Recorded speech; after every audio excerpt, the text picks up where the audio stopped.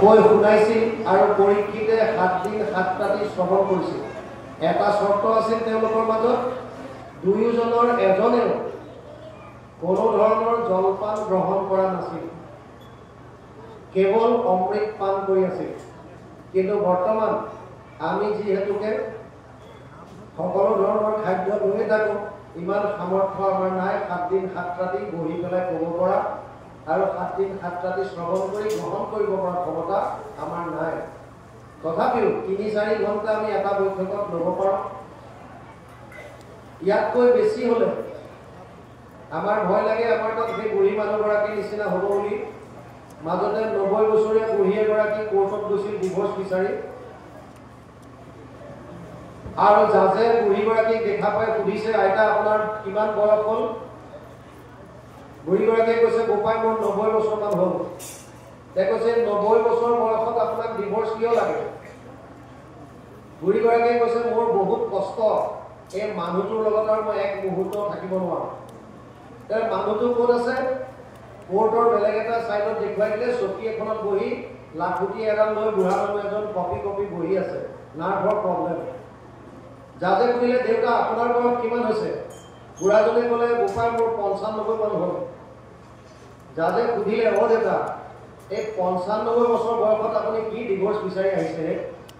বুঢ়াই ক'লে, ধেত মোক নালাগে, মৰতে ক'ত কি লাগে। জাজে ক'লে, অ' আইতা আপোনাৰ মানুহটোক চোন ডিভৰ্চ নালাগে। বুঢ়ীগৰাকীয়ে কৈছে, তেওঁ কিয় লাগিব? কষ্টটো তেওঁ পাইছেনে মই পাইছোঁ? তেতিয়া ক'লে, আপোনাৰ এনেকুৱা কি কষ্ট আছে? কৈছে, মানুহটোৱে মোক যিমান গালি শপনি পাৰে মই চব শুনো। জাজে ক'লে, এইটো কথাত আপুনি ডিভৰ্চ নাপায়। কিয়? এই গিৰিয়েকে ঘৈণীয়েকক গালি পাৰিলে শুনিছে, আপুনিও কেতিয়াবা গালি পাৰি দিব, মানুহটোৱে শুনিব, কথা শেষ। বোলে সমস্যাটো তাতেই। কি সমস্যা? মানুহটোৱে কাণেৰে কম শুনে। বোলে আইতা সেইটো আপুনি চিন্তা কৰিব নালাগে নহয়, আজিকালি হিয়াৰিং এড পায়, কাণেৰে শুনা মেচিন পায়। এই মেচিন এটা আনি দিব আৰু তেতিয়া দেখিব মানুহজনে পুৰা শুনিছে। আইতাই কৈছে, গোপাই তই বুজি পোৱা নাই কেলে? মেচিনটো আনি দিছোঁ। জাজে কৈছে, তেতিয়া সমস্যা কি? এতিয়া বুঢ়ীগৰাকীয়ে কৈছে, সমস্যা মোৰ এটাই, যেতিয়া মই মানুহটোক গালি পাৰোঁ মেচিনটো খুলি থয়, এইটোৱে হৈছে মোৰ সমস্যা। তাৰমানে বুঢ়ীজনীয়ে যেতিয়াই গালি পাৰে, বুঢ়াই ভাবে কি কওঁ কৈথাক, মই এইটো খুলি থৈ দিছোঁ। আমাৰো ঘটনাটো তেনেকুৱা হ'ব, বেছি দীঘলীয়াকৈ যদি আমিয়ে কৈ থাকোঁ, আপোনাবিলাকেও লাহেকৈ চবেই কাণৰ মেচিন খুলি খুলি থৈ দিলে আমি কৈ থকা লাভ নহ'ব। সেইকাৰণে যিকণ সময় আপোনালোকে একান্ত মনে শুনিছে, তাৰ বাবে আমি আপোনালোকৰ চৰণত কোটি কোটি ধন্যবাদ জনাইছোঁ। আমি মোৰ ভাতৃ মিনিট বা বহালৈকে অকণ পাঠ যাওক, আমি অকণমান বাৰু হাত বঢ়াই দিম। অহাৰ লগে লগে আমি কৃষ্ণ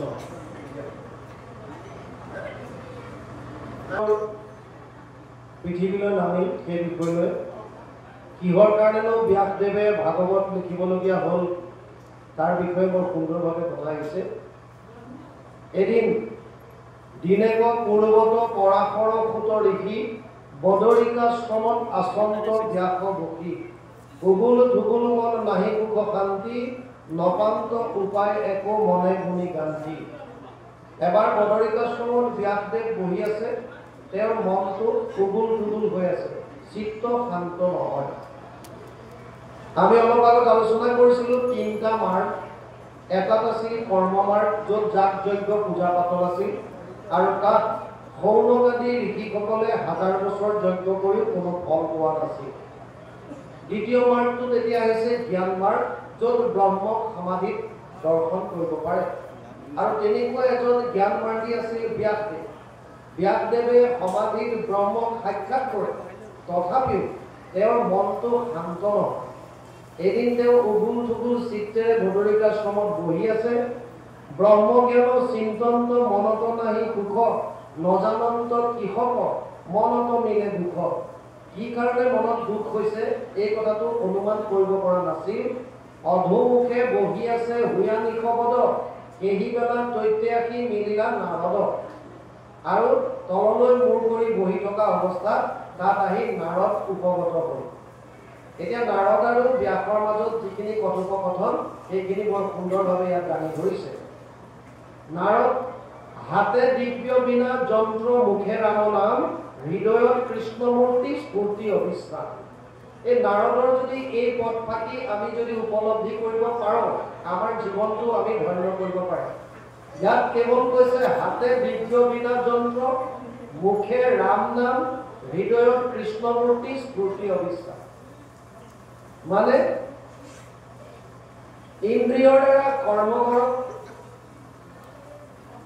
মুখৰ দ্বাৰা ৰাম নাম ল'বলৈ কৈছে। ভাই মুখে বোলা ৰাম, হৃদয়ে ধৰা ৰূপ, এনেকে মুকুতি পাইবা কহিলো স্বৰূপ। মুখত ৰাম নাম, হাতৰ দ্বাৰা কৰ্ম ঈশ্বৰৰ অৰ্থে, আৰু হৃদয়ত কৃষ্ণৰ মূৰ্তি।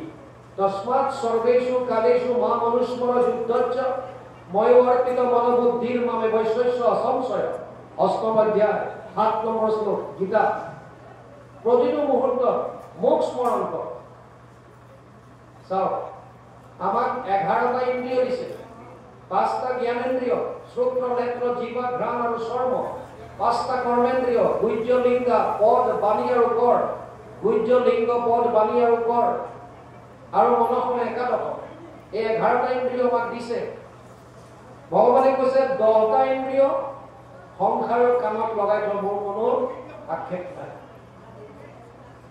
ঘৰ দুৱাৰ চলাবৰ কাৰণে বেপাৰ বাণিজ্য চাকৰি বাকৰি ঘৰৰ কাম যত যি কৰে 10টা ইন্দ্ৰিয়ৰ দ্বাৰা কৰি থাকক। তাত প্ৰভুৱে কৈছে মোৰ কোনো আপত্তি নাই। ভগৱানে এটা ইন্দ্ৰিয় মাত্ৰ বিচাৰিছে, এটা ইন্দ্ৰিয়, এইটো হৈছে কেৱল মন। 700 শ্লোকৰ গীতা শেষত গৈ সিদ্ধান্ত দিছে ভগৱান কৃষ্ণই অৰ্জুনক। প্ৰথমতে চাওক, গীতা শাস্ত্ৰত 700 শ্লোক আছে, এটা শ্লোক মাত্ৰ ধৃতৰাষ্ট্ৰই কৈছে, প্ৰথম অধ্যায় 1ম শ্লোক। ধৰ্মক্ষেত্ৰে কুৰুক্ষেত্ৰে সমবেত যুদ্ধোৎসৱ মামকা পাণ্ডৱ চৈব কিম পূৰ্বত সঞ্জয়। প্ৰথম অধ্যায় 1ম শ্লোক গীতা। ইয়াত কৈছে ধৃতৰাষ্ট্ৰই সঞ্জয় সুধিছে, হে সঞ্জয়, ধৰ্মক্ষেত্ৰ কুৰুক্ষেত্ৰত সমবেত হোৱা মোৰ আৰু পাণ্ডুপুত্ৰৰ সৈন্যসকলে কি কৰিছিল মোক কোৱা। 700 শ্লোকৰ এটা মাত্ৰ শ্লোক ধৃতৰাষ্ট্ৰই প্ৰশ্ন কৰিছে সঞ্জয়ক। ইয়াৰ উত্তৰত 40টা শ্লোকত সঞ্জয়ে কুৰুক্ষেত্ৰৰ বৰ্ণনা দাঙি ধৰিছে, কি হৈ আছিল, আৰু বিশেষভাৱে কৃষ্ণ অৰ্জুন সংবাদ। কৃষ্ণ আৰু অৰ্জুনৰ মাজত যিখিনি কথোপকথন হৈছিল, এই কথাখিনি 40টা শ্লোকৰ মাজেৰে সঞ্জয়ে ধৃতৰাষ্ট্ৰক প্ৰকাশ কৰিছে। অৰ্জুনে 85টা শ্লোকত ভগৱান কৃষ্ণক মনৰ সংশয়বিলাক প্ৰকাশ কৰিছে, আৰু তাৰ উত্তৰত ভগৱান কৃষ্ণই 574টা শ্লোকত অৰ্জুনক গীতাৰ জ্ঞান দিছে। প্ৰথমতে অৰ্জুনৰ মনৰ শংকাবিলাক কেৱল দূৰ কৰি গৈ আছে। যেনেকুৱা প্ৰশ্ন তাৰ উত্তৰ। সিদ্ধান্ত শেষত দিছে, সর্বগুহ্যতমম ভূয় শ্রীণমে পরমম বচ ইষ্টসিমে দৃঢ়বিধি তত বক্সামি তে হিতম। অষ্টাদশ অধ্যায় 64 নম্বৰ শ্লোক গীতা। হে অৰ্জুন, এতিয়া মই তোক গোপনীয়ৰ পৰা গোপনীয় কথাটো কওঁ, শুন। কি ক'লে? মন মনা ভৱ মদ ভক্তা মধ্যাজি মাম নমস্কৰো মামে বৈশ্বসী সত্যম তে প্ৰতিজানে প্ৰিয়সীমে। অষ্টাদশ অধ্যায় 65 নম্বৰ শ্লোক গীতা। অনুবাদ কৰিছে ঘোষাত, মোতে মাত্ৰ সদা দিয়া মন, মোৰ ভক্ত হোৱা সৰ্বক্ষণ, মুখে পূজা মাত্ৰ মুখে কৰা নমস্কাৰ, কহিলো তোমাক তত্ত্ববাণী পাইবা সুখে মুখ মহামানী, তুমি প্ৰিয়তম সুহৃদ সখী আমাৰ। হে অৰ্জুন, মোক কেৱল মনটো দে, মনটো। আমি ইন্দ্ৰিয়ৰ দ্বাৰা যি কৰি আছো কৰি থাকক, কিন্তু আমাৰ উল্টা হয়। আমি ঈশ্বৰ আৰাধনা কৰোঁ ইন্দ্ৰিয়ৰ দ্বাৰা। আমি কৰ্ম প্ৰধান, কৰ্মত বেছি গুৰুত্ব দিওঁ। আপোনালোকক এটা জ্বলন্ত উদাহৰণ দিছোঁ, শুনক। বেয়া বেলেগ হিচাপে নল'ব আপোনালোকে।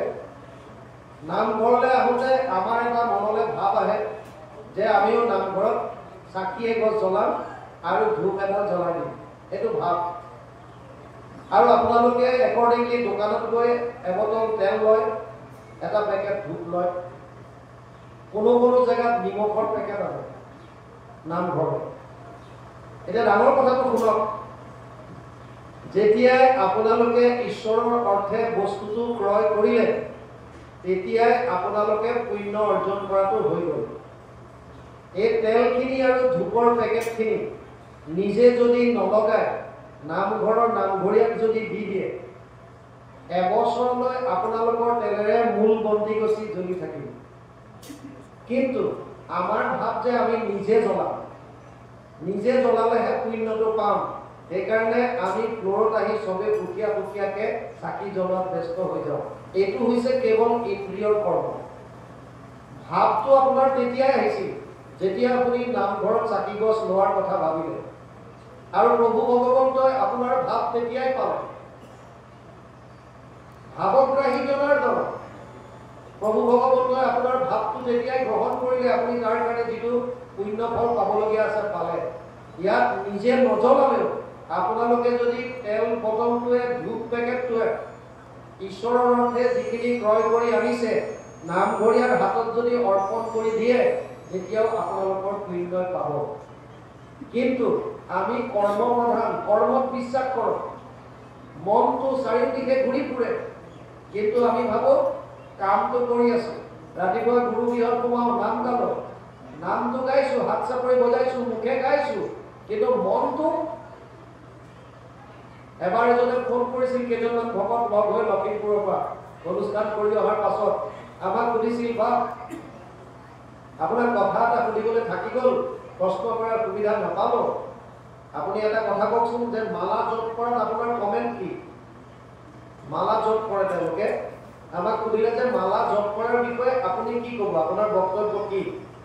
আমি ক'লো আমাৰ বক্তব্যটো বাদ দিয়ক, যিসকল ভকত তেওঁলোকৰ এটা দোহা শুনক, কবিদাসে লিখিছে, মালাটো কৰ্মে ফিৰে, জীৱ ফিৰে মোহ মাহি, মন বেচাৰা চৌধি ফিৰে, এসো সুমিৰণ নাহি।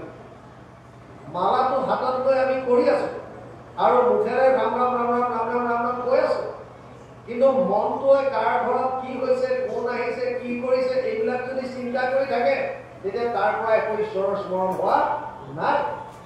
তাৰ বিপৰীতে আপুনি কবি বাৰীত খেতি কৰি আছে, কবি পুলিত পানী দি আছে, মনটোৱে ঈশ্বৰৰ লীলা এটা স্মৰণ কৰি আছে, সেইটো পুণ্যটো বেছি। মনটো ক'ত ৰাখিছে আপুনি, ভাৱত কি আছে আপোনাৰ? আৰু জেনেৰেল আপুনি লাইফত চাওক, এটা ল'ৰা গাড়ী আগত পৰি মৰি গ'ল, আপুনি ভাবে নেকি যে ল'ৰাটোক যিজনে গাড়ী চলাইছিল তাক ফাঁচি দিব ডাইৰেক্ট? নিদিয়ে, তাৰ এটিচিউড যাব, তাৰ ভাৱধাৰা কি আছিল, তাৰ যদি স্পীড লিমিট ঠিক আছে, ব্ৰেক যদি ঠিক আছে, তাৰ এটিচিউড যদি ল'ৰাটোক মৰা নাছিলে, মনৰ ভাৱ নাছিল, অকস্মাত আগত আহি পৰি গ'ল, এই সত্যটো যেতিয়া গম পাব যাজে, তেতিয়া তাক এইটোৰ পৰা ডিছমিছ কৰি দিব যে একো নাই, এইটো এক্সিডেণ্ট। কিন্তু যদি তাৰ ভাৱটো বেয়া, এগৰাকী বুঢ়ী মানুহে নিজৰ নাতিটোৰ কাৰণে ৰুটি বনাইছে, তেতিয়া ভাৱটো বেলেগ। এই বুঢ়ীগৰাকীকে ওচৰৰ মানুহ ঘৰে আহি ক'লে যে আইতা, আমাৰ ছোৱালীজনী চাবৰ কাৰণে আজি বহু দূৰৰ পৰা মানুহ আহিব, তুমি আমাক 50খনমান ৰুটি সুন্দৰকে বনাই দিবা, এখন ৰুটিত 5 টকাকে দিম। তেতিয়াও বুঢ়ীগৰাকীয়ে ৰুটি বনাইছে, ভাৱত কি আছে তেতিয়া? এখন ৰুটিত 5 টকা।